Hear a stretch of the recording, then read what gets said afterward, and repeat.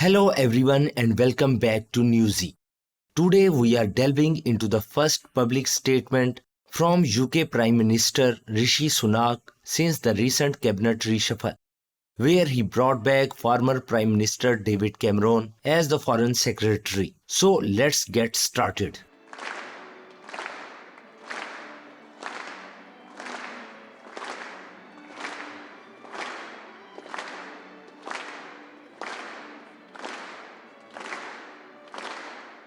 David Cameron, Britain's former Prime Minister and newly appointed Foreign Minister, will build on achievements, Prime Minister Rishi Sunak said on Monday.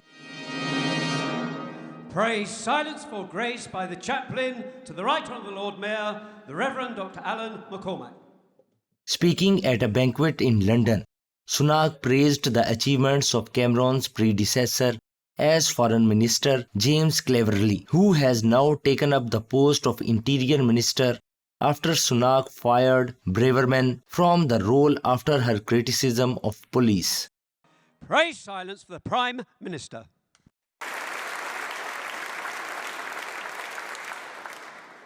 My Lord Mayor, ladies, gentlemen. These are deeply challenging times for our world. Events far beyond our shores echo here at home, with implications for our security, our economy, and our very social fabric. It falls to us to do everything we can to shape these events. And so we've delivered one of the most significant years for British foreign policy in recent times. That's due in no small part to James Cleverly, and I know that he'll bring the same vigour to the equally vital job of Home Secretary.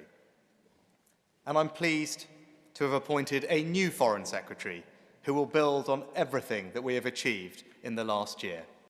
Sunak also used his speech to repeat his call for a two-state solution in the Middle East as Israel's war on Hamas continues. What motivated Hamas to launch their horrific attack on Israel? It wasn't just hatred. It was also their fear that a new Middle East was being born, one that would see Israel normalizing relations with its neighbors, which gave hope for a better, more secure, more prosperous way forward. Why did Russia invade Ukraine?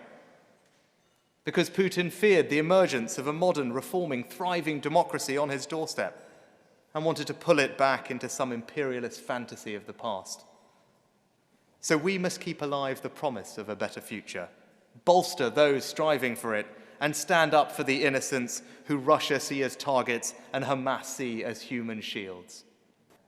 So Israel must be able to defend itself against terror, restore its security, and bring the hostages home.